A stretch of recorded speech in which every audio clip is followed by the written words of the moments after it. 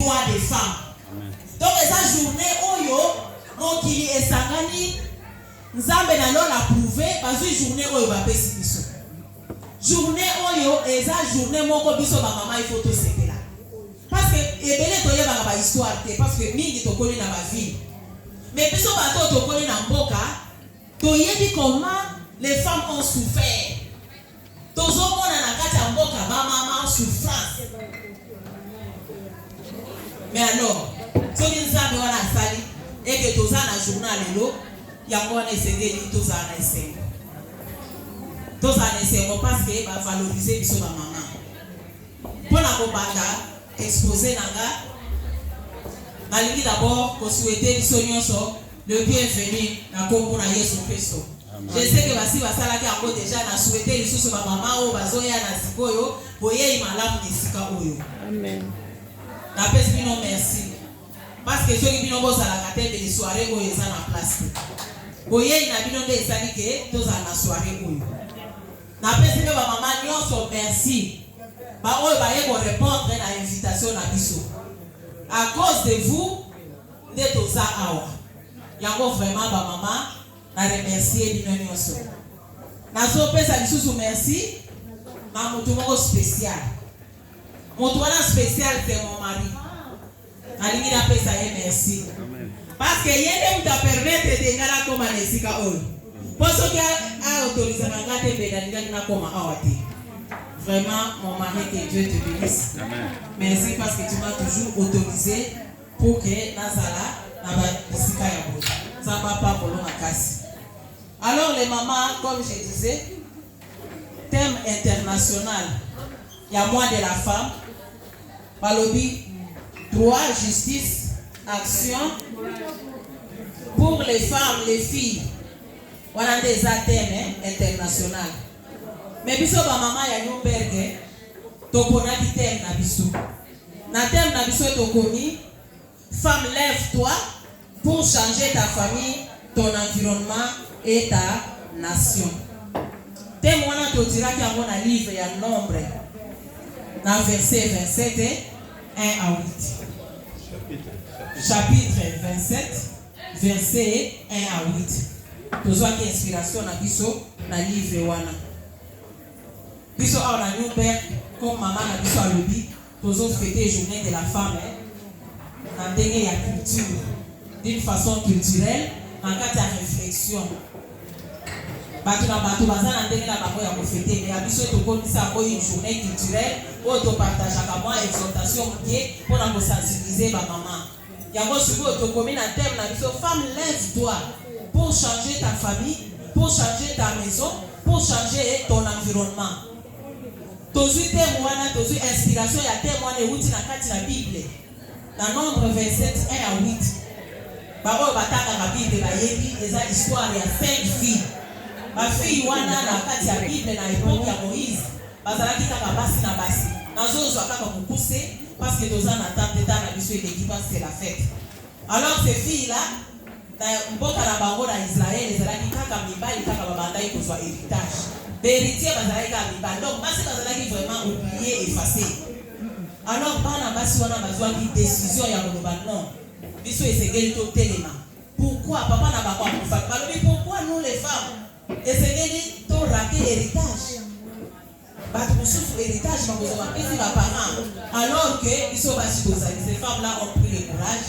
Bah télémadi, bah que on a Moïse, Moïse a lobi na ke pas ensemble. A que retourne ensemble, les hommes lobi ces filles-là ont droit. Alors on peut ça pour héritage na parent. Alors héritage ezala ki accordé, na bana basi wana bakoma bazwaki droit. Non pas seulement ezalaki pour la famille na bango, mais droit oyo bana basi wana bazwaki ezalaki pour Israël mobimba. Yai réforme na Israël. C'est-à-dire na Israël balobi à partir ya awa ya loi oyo mutu nyonso oyo aza na bana libalité esengeli azwa héritage na ye batika héritage pa ya bana basi. Donc yai réforme. Si on a kati ya texte oyo leçon ni biso to motiver dans na trois leçons ya motiver.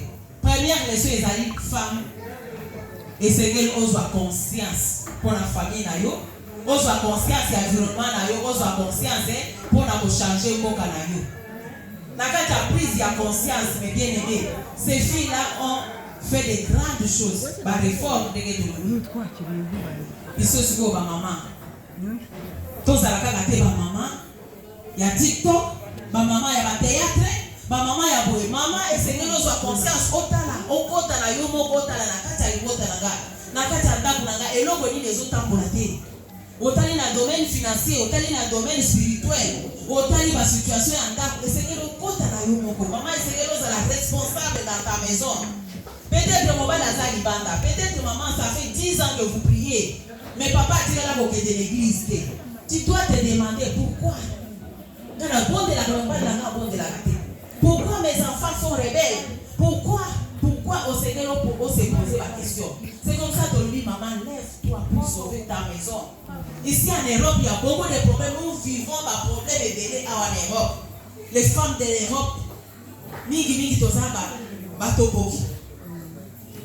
Et là, comme qui est autoboki. Et là, comme qui est ok pas l'État. Et là, comme qui est ok go. Mais si tu as total la Bible, la verset on a la Bible, il faut que bana basi wana bekende comme on a Moïse. Maman, yo tango ça na problème na ta pour que na mona nani. Peut-être bateau que na retrouver wana bazaba oyo, baso trouver ndako na yo bien ba vivre quelque chose. Mais toi maman par manque de discrétion, par manque de sagesse, parce que ça peut la intimité dans zambete, allez OK ka boke go bete la muninga lisolo. Muningo bete lisolo akomi ko chola yo yibi kuna eyindi. Mais tu m'as envoyé par là, ma compa, alors que c'est elle qui est la destructrice. Il y a une femme, prends conscience pour changer la situation dans ta maison. Entre à toi-même. Il y a un état on a des là qui première leçon. Parce que ces femmes-là ont pris conscience, se sont révoltées et ils ont changé les situations dans leur famille. C'est pas seulement la famille, mais c'est là qui payent nous. Deuxième leçon que vous avez au passage autonomie, c'est la unité. Ces femmes-là ont vécu dans l'unité. Ils sont 5.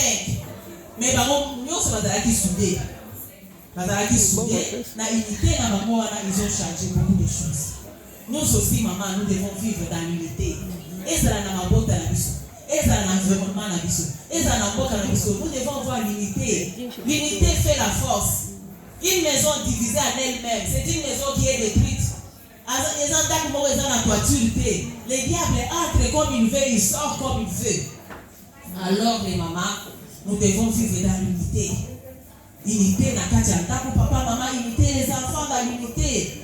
C'est là que Dieu déverse les bénédictions. Mais si nous sommes divisés, en tout cas, unité est là. Mingi autoroba, oh, maman il y a France, maman il y a Belgique, baza est belé. Dans les bazo fêté wana, c'est dans l'unité. Basalisi ma force, basalisi ma yele, basalisi boye, ils ont fait de grandes choses. Et puis ils ont payé un prix. Dans le cas de persévérance, ce n'est pas facile que les mamans là, ils ont commencé à faire des commencements. Mais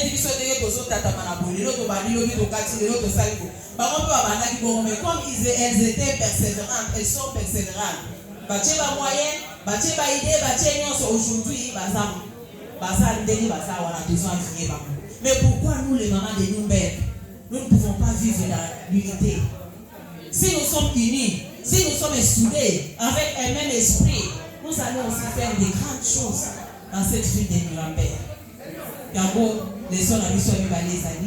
Vivons dans l'unité. L'unité fait la force. Tout ce qui est dispute inutile, tout ce qui est dans l'opposition, dans le gouvernement, si c'est pour la cause de leur nation, Basangani va trouver solution après la campagne de opinion. Mais si vous avez l'homme qui est à la et basculer, ma camion se change. Donc, l'eau va aller sur son dé, va aller gérer.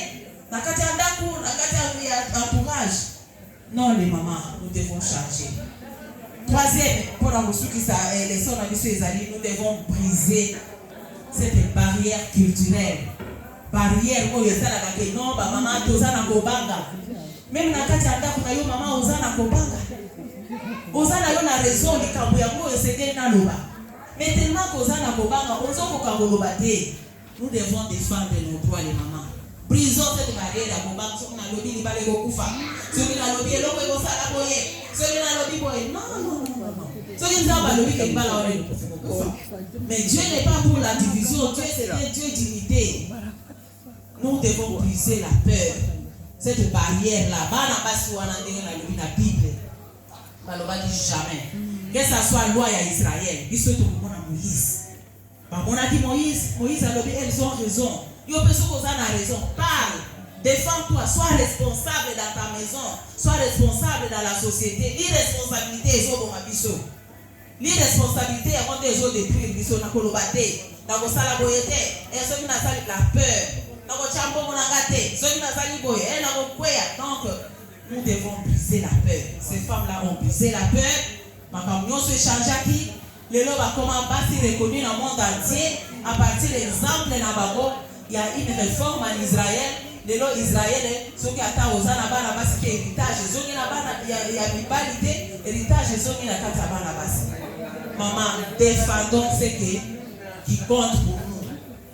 Défendons nos enfants, défendons nos maris, défendons nos mariages, défendons tout ce qui est très très important pour nous. Défendre Yango, défendre Libala Nayo, défendre Moussala Nayo, défendre Boka Nayo, Nandela ba conseil, Nandela prière, Nandela Yakoyoka Tebi Yoka Yoka, mais Yoka Suko Nzambe, Yoka Basal Nzambe, Nege Bana Baso Basalaki. Yango pour Namusuki Sanagoloba, soyons responsables, brisons la peur, vivons dans l'unité et nous allons vivre les grandes choses. Nzamba pa pour la bino. Merci beaucoup na président, merci na kombo na Yesu Christ. Amen. À présent, pour aussi dans la maman s'il vous plaît. Manifestation na biso elinge banda. Ba aussi dans la maman Tobi Malibanda pour que tout ça la entrer na biso. Les papas, vous allez nous accompagner na éviter maman passe sur la table nous va au ça parce que nous voulons commencer notre fête.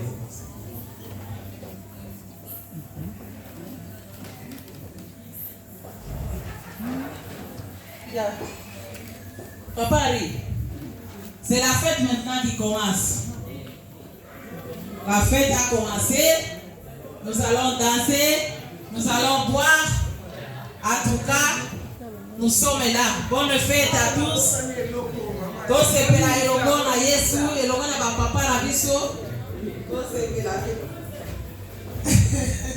Bonsoir. Bonsoir. Bonsoir les longo ba papa, ba maman.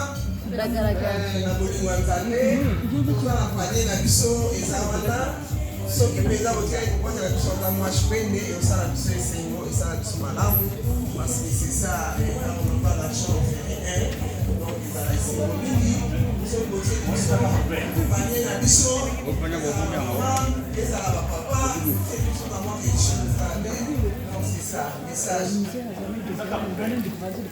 On est à poubelle. Panier. Maman, tu as